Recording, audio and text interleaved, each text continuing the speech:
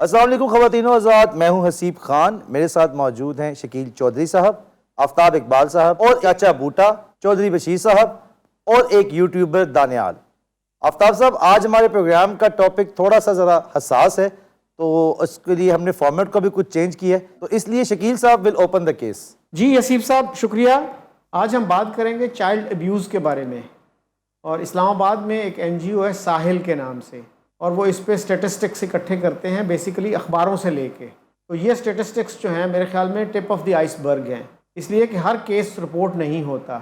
اور ساحل کے مطابق ہر روز 12 بچے جو ہیں وہ سیکشول ابیوز کا شکار ہوتے ہیں پاکستان میں. Every day? یس.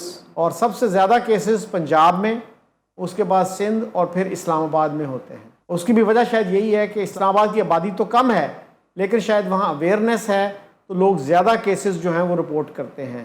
نہیں تو شکیل صاحب، اس میں کیا ہے؟ اس کی انیٹمی کیا ہے؟ یہ کیا ہوتا کیا ہے؟ کیوں لوگ یہ نفسیاتی دباؤ کے تحت کرتے ہیں؟ یہ جنسی درندے بن جاتے ہیں، چھوٹے چھوٹے بچوں کو مولیسٹ کرتے ہیں، پھر ریپ کرتے ہیں، حتیٰ کہ مرڈر کر دیتے ہیں.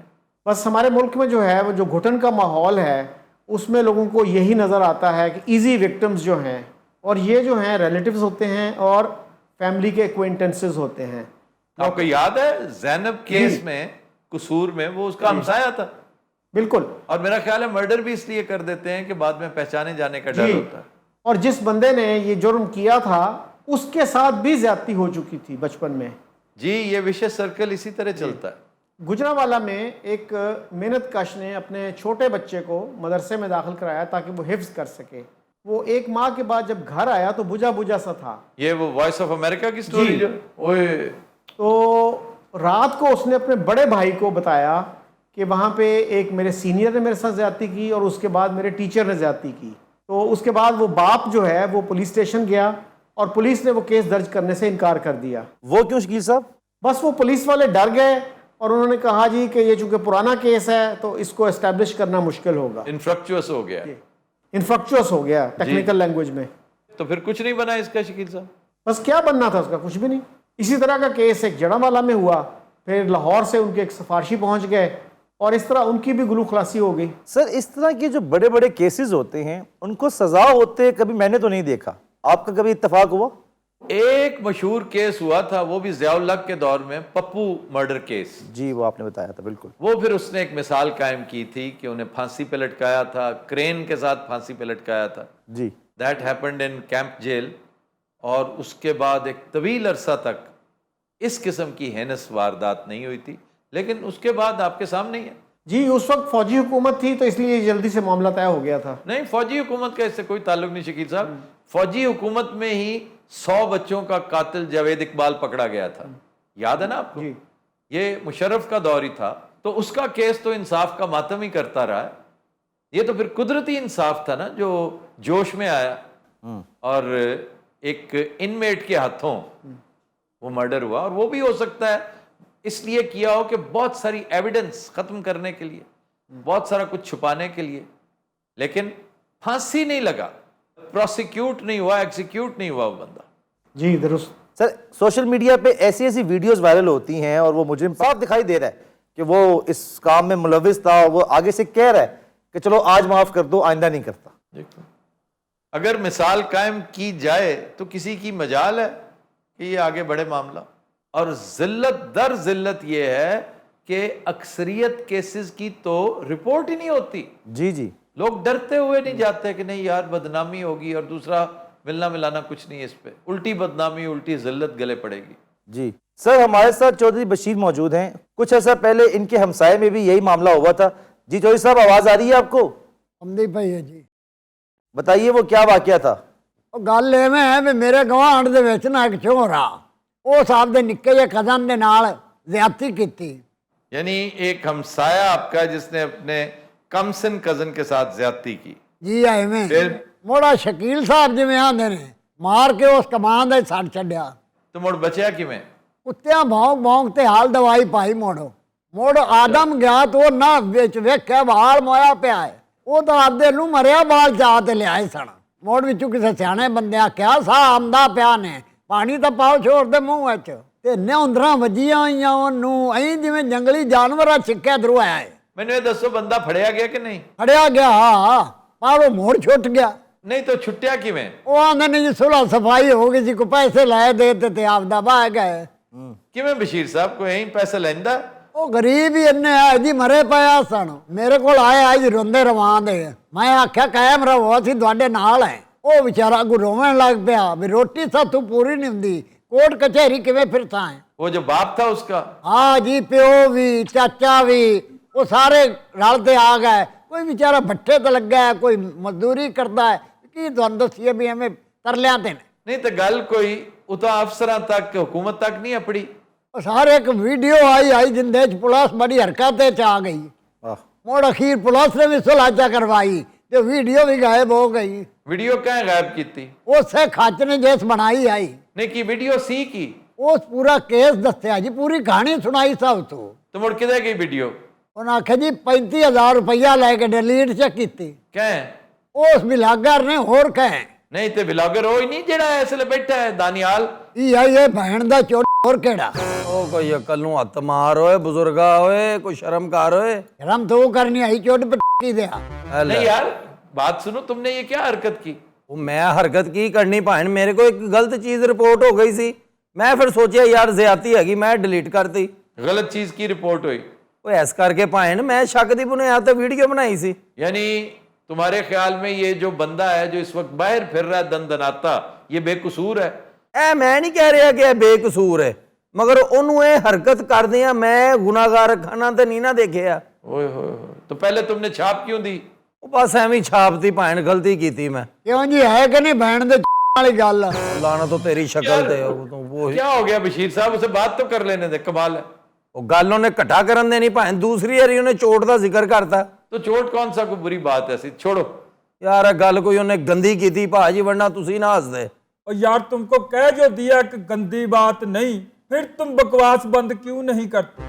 ਉਹ ਯਾਰ ਚੋਟ ਤੇ ਠੀਕ ਹੈ, ਨਾਲ ਹੈ ਭੈਣ ਵੀ ਲਾਣ ਡਿਆ, ਭੈਣ ਦੀ ਚੋਟ ਇਹ ਕੀ ਹੈ? ਇਹ ਚੋਟ ਤੈਨੂੰ ਲੱਗਣੀ ਚਾਹੀਦੀ ਸੀ, ਤੈਨੂੰ ਕਮਾਦਾਂ ਚੋਂ ਲੱਭਿਆ ਜਾਣਾ ਚਾਹੀਦਾ ਸੀ। ਫੇਰ ਮੈਂ ਪੁੱਛਦਾ ਵੀ ਹੁਣ ਰਿਪੋਰਟ ਦੱਸ ਵੀ ਕੀ ਆ। ਉਹ ਯਾਰ ਤੁਸੀਂ ਮੇਰੇ ਮਗਰ ਪੈ ਗਏ ਹੋ, ਅਸੀਂ ਤੇ ਛੋਟੇ ਮੋਟੇ ਵਲੌਗਰ ਹੈਗੇ ਆ। ਉਹਨਾਂ ਬੰਦਿਆਂ ਨੂੰ ਫੜੋ ਜਿਹੜੇ ਪਹਿਲੇ ਬੱਚਿਆਂ ਨਾਲ ਜ਼ਿਆਦਤੀ ਕਰਦੇ ਨੇ, ਵੀਡੀਓ ਬਣਾ ਕੇ ਤੇ ਫਿਰ ਬਾਹਰਲੇ ਮੁਲਕਾਂ 'ਚ ਭੇਜਦੇ ਨੇ, ਉੱਥੋਂ ਲੈਂਦੇ ਨੇ ਲੱਖਾਂ ਰੁਪਈਆ। ਉਹਨਾਂ ਨੂੰ ਫੜੋ ਪਹਿਲੇ।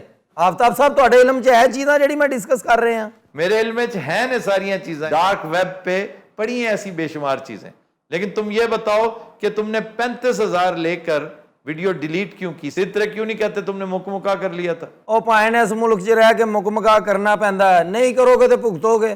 ये क्या बात है? ਉਹ ਭਾਜੀ ਤੁਸੀਂ ਮੁਹਾਵਰਾ ਸੁਣਿਆ ਨਹੀਂ ਕਿ ਸਮੁੰਦਰ 'ਚ ਰਹਿ ਕੇ ਮਗਰਮੱਛ ਨਾਲ ਦੁਸ਼ਮਣੀ ਨਹੀਂ ਪਾਈ ਦੀ? इस खच की मुराद गालिबन दरिया से है। ਇਹ ਸਮੁੰਦਰ 'ਚ ਨਹੀਂ ਹੁੰਦਾ ਮਗਰਮੱਛ? ਉਹ ਸਮੁੰਦਰ 'ਚ ਤੇਰੀ ਫੁੱਫੀ ਨਾਲ ਰਹਿੰਦਾ ਵਾ, ਕੌਣ ਤੇਰੀ ਸ਼ਕਲ? ਉਹ ਦਰਿਆਵਾਂ 'ਚ ਰਹਿੰਦਾ ਸਾਲਾ, ਕਿਤੇ ਜਾ ਕੇ ਬਦਮਾਸ਼ੀ ਦਿਖਾਉਣ ਡਿਆ। नहीं वैसे समंदर च भी हुंदा है लेकिन ज्यादा दरियावां च हुंदा। ਉਹ ਯਾਰ ਮੈਂ ਮਿਸਾਲ ਦੇ ਬੈਠਾ, ਮੈਨੂੰ ਹੁਣ ਕੀ ਪਤਾ ਮੈਂ ਕਿਹੜੇ ਜੰਗਲੀਆਂ 'ਚ ਫਸ ਗਿਆ। तुमने बहुत बड़ी बुजदली की है, तुम्हारे अंदर हौसला नहीं है, हिम्मत नहीं है। तुम्हें तो उसका सहारा बनने की कोशिश करनी चाहिए थी जिसने विसल ब्लोइंग की, जिसने कम से कम बताया तो है सबको। तुमने उसकी आवाज भी दबा दी, तुम ऐसे बेगैरत हो। ਇਹ ਬੇਗੈਰਤ ਨਹੀਂ ਹੈਗਾ, ਸਾਰੇ ਭੈਣ ਦਾ ਚੋਟ। यार बशीर साहब तुहानू की हो जांदा है? ਉਹ ਯਾਰ ਮੈਂ ਭੈਣ ਦਾ ਚੰਗਾ ਗੋਲੀ ਖਾ ਲਾਂ ਹੁਣ। ਮੈਂ ਉੱਥੇ ਸਟੈਂਡ ਲੈ ਲਵਾਂ ਤੇ ਮੇਰੀ ਗੈਰਤ ਪਾੜ ਕੇ ਉਹਨਾਂ ਨੇ ਸਾਈਡ ਤੇ ਰੱਖੀ ਹੋਵੇ। ਆਫਤਾਬ ਸਾਹਿਬ ਗੱਲ ਪਤਾ ਕੀ ਹੈ? ਗੱਲ ਇਹ ਹੈ ਵੀ ਬੇਗੈਰਤੀ ਜਿਹੜੀ ਹੁੰਦੀ ਨਾ ਉਹ ਪਦੇਸ਼ੀ ਹੁੰਦੀ ਹੈ। ਯਾਰ ਮੈਂ ਤੇ ਕੋਈ ਸ਼ੈ ਮਾਰ ਦਿਆਂਗਾ, ਸਕਰੀਨ ਤੋੜ ਦਿਆਂਗਾ, ਇਹਨੂੰ ਕੋਈ 5 ਮਿੰਟ ਜ਼ਬਾਨ ਮੂੰਹ 'ਚ ਪਾ ਲਵੇ ਆਪਣੇ। ਕਾਰ ਕੀ ਲਈ ਸੇ ਚੋਟ ਪਿੱਟੀ ਦਿਆ।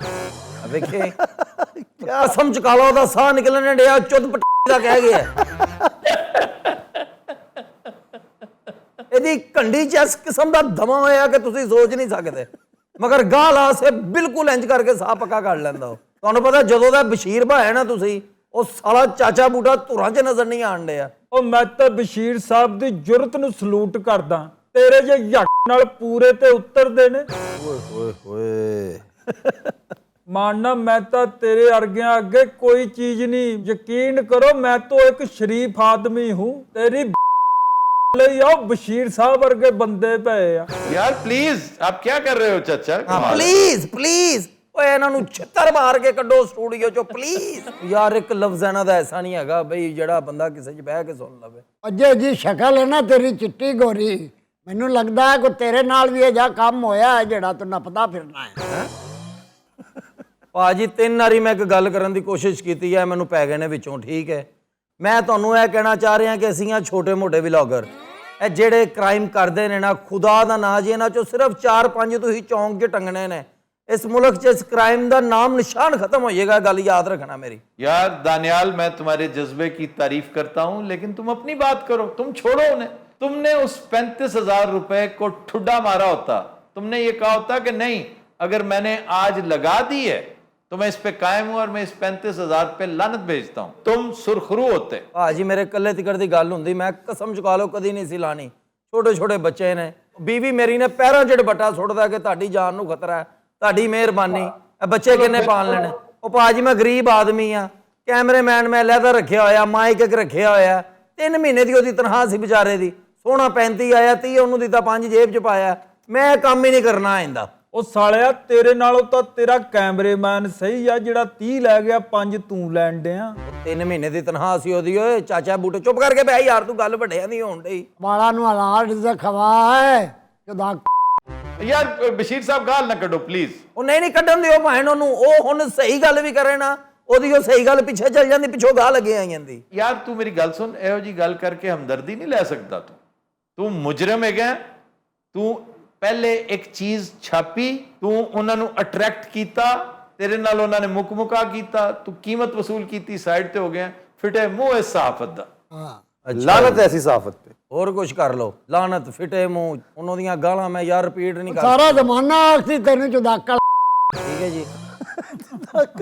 ये क्या पक्का। ਅੱਛਾ ਖਾਲੀ ਚੁਦਾਕੜ ਸੀ, ਪਹਿਲਾਂ ਉਹਨੇ ਚੁਦਾਕੜ ਆ ਲਿਆ, ਉਹਨੇ ਅੱਗੋਂ ਇੱਕ ਹੋਰ ਜਮਾ ਦਾ ਸੀਗਾ ਲੈ ਕੇ ਆਇਆ। ਉਹ ਲਾਨਤ ਉਹ ਤੇਰੇ ਤੇ, ਤੂੰ ਮਰ ਲੈ ਬਸ਼ੀਰ, ਮੈਂ ਤੇਰੀ ਕਬਰ ਤੇ ਸਲੂਟ ਕਰਨ ਆਵਾਂਗਾ, ਪਤਾ ਨਹੀਂ ਕਿਹੜਾ ਟਾਈਮ ਹੋਣਾ। ਬੇਬੇ ਨੂੰ ਲਾਏ ਤੇ ਆਵੀਂ ਮੈਂ ਉਡੀਕ ਸਾਂ। ਉਡੀਕ ਸਾਂ बशीर साहब क्या हो गया आपको? ਉਹ ਕੁਛ ਨਹੀਂ ਹੋਇਆ ਸ਼ਕੀਲ ਸਾਹਿਬ, ਤੁਸੀਂ ਸੋਹਣੀ ਛੁੱਤਨੀ ਛੱਡ ਕੇ ਸਾਈਡ ਤੇ ਹੋ ਜਾਂਦੇ। ਇਹ ਜੇ ਕੰਜਰਾਟ ਨੂੰ ਵੇਖ ਤੇ ਮੈਨੂੰ ਦੌਰੇ ਪੰਦੇ ਨੂੰ। ਹਾਏ ਹਾਏ ਹਾਏ ਹਾਏ ਹਾਏ ਹਾਏ, ਬਹੁਤ ਅੱਛੇ। ਇਹ ਵੇਖ ਲੈਣਾ, ਇਸ ਬੰਦੇ ਨੇ ਨਾ ਇਹਦੀ ਬਸ਼ੀਰ ਦੀ ਕਿਤਾਬ ਨਾ ਲਗਵਾਈ, ਮੇਰਾ ਨਾਮ ਹਟਾ ਦੇਣਾ। करप्ट आदमियों के लिए सिर्फ, अगर करप्ट आदमी ना हो तो बशीर साहब किसी को गाली नहीं निकाल। ਭਾਜੀ ਹਲੇ ਤੇ ਮੇਰੇ ਕੋਲ 2 ਵੀਡੀਓ ਹੋਰ ਪਈਆਂ ਨੇ, 2 ਕੇਸ ਹੋਰ ਨੇ। ਜਾ ਦੀ ਵਾਲਾ ਜਾ ਕੇ 30-30 ਹਜ਼ਾਰ ਦੀ ਦਿਹਾੜੀ ਲਾ, ਇੱਥੇ ਜੋ ਬੈਠਾ ਸਾਥੂ ਜ਼ਲੀਲ ਹੁੰਦਾ ਪਿਆ ਕੰਜਰਾਟ। ਓਏ ਤੇਰੇ ਤੇ ਲਾਣਤ ਓਏ, ਜਾਂ ਧੀ ਆ ਕਹਿ, ਜਾਂ ਕੰਜੜਾਟਾ, ਜਾਂ ਚੁੜਾਕਾ। ਉਹ ਯਾ ਮੇਰੇ ਮੌਲਾ ਕੀ ਮੈਂ ਅਜ਼ਾਬ ਪਾ। ਅੱਛਾ ਮੈਂ 30 ਦੀ ਨਹੀਂ ਵੇਚਣੀ, ਮੈਨੂੰ ਪੈ ਗਈ ਉਹ ਆਦਤ, ਮੈਂ ਉਹ ਲੱਖ ਰੁਪਏ ਤੋਂ ਘੱਟ ਨਹੀਂ ਵੇਚਣੀ ਹੁਣ ਵੀਡੀਓ, ਤੂੰ ਵੇਖੀ ਸਹੀ। ਉਹ ਜੇ ਤੈਨੂੰ ਆਦਤ ਪੈ ਗਈ ਹੈ ਨਾ, ਆ ਜਾ ਆਪਾਂ ਇੱਕ ਨਵੀਂ ਵੀਡੀਓ ਬਣਾਈਏ ਓਏ। ਉਹ ਬੰਦੇ ਦਾ ਪੁੱਤਰ ਬਣ ਓਏ। ਮੈਂ ਤੇਰੀ ਉਹ 2 ਲੱਖ ਦੀ ਬਕਾਊਂ ਓਏ। ਆ ਵਿੱਚ ਮੇਨ ਕਿਰਦਾਰ ਆਪ ਕਰ ਤੇ ਦੋਵੇਂ ਸਾਨੂੰ ਦੇ ਬਾਕੀ ਦਾ ਰੋਲ। ਨਵੀਂ ਵੀਡੀਓ ਬਣੂਗੀ 2 ਬਾਬੇ। यार ये तो फजूल बातें करें। शकील साहब कुछ कह रहे थे आप? जी, इस रिपोर्ट के मुताबिक ये जो बच्चे ज़्यादती का शिकार होते हैं उनमें से 53% लड़कियां होती हैं और 47% लड़के, और उनकी उम्रें आमतौर पर 6 से 15 साल के दरमियान होती हैं। ਓਏ ਜ਼ੁਲਮ। ਓਏ ਇਹਨਾਂ ਦੇ ਮਾਪਿਆਂ ਨੂੰ ਚਾਹੀਦਾ ਇਹਨਾਂ ਨੂੰ ਸੇਫ ਰੱਖਣ, ਬੇਫਿਕਰ ਹੋ ਕੇ ਘਰੋਂ ਬੱਚਿਆਂ ਨੂੰ ਤੋੜ ਦਿੰਦੇ ਨੇ, ਬਾਹਰ ਤੇ ਦਰਿੰਦੇ ਫਿਰਨ ਹੀ ਡੇ ਨੇ, ਇਹਦੇ 'ਚ ਸਾਡਾ ਕੀ ਕਸੂਰ ਹੈ? वैसे शकील साहब क्या वजह है, माँ बाप को ये ख्याल क्यों नहीं आता? बाहर प्रेडेटर्स फिर रहे होते हैं, जैसे जंगल में रात के वक्त कैसा खौफनाक माहौल होता है, प्रेडेटर्स फिर रहे होते हैं, ताक में होते हैं, कोई हरकत हो, कोई निशान मिले, किसी का कोई सुराग मिले तो ये पिल पड़े। जी, जैसे एक माँ भेज देती है 6-7 साल की बच्ची को, जाओ दुकान से दही ले आओ, हाँ। उसको खुद जाना चाहिए या बच्ची के साथ खुद जाए? तो अकेले बच्ची को इस तरह नहीं भेजना चाहिए। ਉਤੋਂ ਇਸੇ ਜਾਹਲ ਨੇ ਮੈਂ ਹਿਸਾਬ ਲਾਇਆ ਕਿ 8-10 ਬੱਚੇ ਨੇ, ਮੁੜ ਕੇ ਸਮਝ ਨਹੀਂ ਆਉਂਦੀ ਮੇਰਾ ਕਿਹੜਾ ਇਹਦੇ ਚੋਂ। ਭੇਜ ਦਿੰਦੇ ਨੇ ਜਾ ਪਤੀ ਲਾਇਆ ਚਾਹ ਦੀ, ਉਤੋਂ ਚੌਲ ਲਾਇਆ ਜਾ ਕੇ, ਮੁੜ ਕੇ ਬਾਹਰ ਜਿਹੜਾ ਜੋ ਮਰਜ਼ੀ करे। चुनाचे इसका खास ख्याल रखना चाहिए कि बच्ची बच्चे को अकेले घर से मत जाने दें। अगर उसका जाना नागजीर है तो आप दरवाजे में खड़े होकर देखते रहें उसे, और नजरों से हरगिज ओझल मत होने दें, वरना बहुत पछताएंगे आप। बिल्कुल। हमेशा इस तरह नहीं होता, लेकिन एक दिन ऐसा लिखा हुआ है कि उस दिन ऐसा हो जाएगा, तो उस दिन को अवॉइड किया जा सकता है। नंबर 2, इस बात का ख्याल रखें कि बच्ची बच्चा कैसे स्कूल में जाता है, वहां माहौल कैसा है, कैसे उस्ताद से पढ़ता है, टीचर कैसा है, कारी साहब कैसे हैं, कौन है जो फिजिकल हो जाता है, कौन है जो बड़ा प्यार श्यार करता है, कौन है जो मोलेस्ट करता है, ये चीजें नजर आने लगती हैं। आप बड़े तरीके से इसको स्पाइंग कर सकते हैं। क्यों शकील साहब? जी, जैसे कोई टीचर ट्यूशन पढ़ा रहा है या कारी साहब बच्ची को पढ़ा रहे हैं, तो आपकी नज़र होनी चाहिए, आपको विजिलेंट रहना चाहिए। अब तो ये अवेयरनेस इतनी ज्यादा हो चुकी है, लेकिन अफसोस के जिस क्लास में ये अवेयरनेस आनी चाहिए, जो बच्चे पैदा कर करके मशीन की तरह फेंकते जा रहे हैं, they are still unaware, they are oblivious Shakeel साहब कि गुड टच और बैड टच क्या होता है।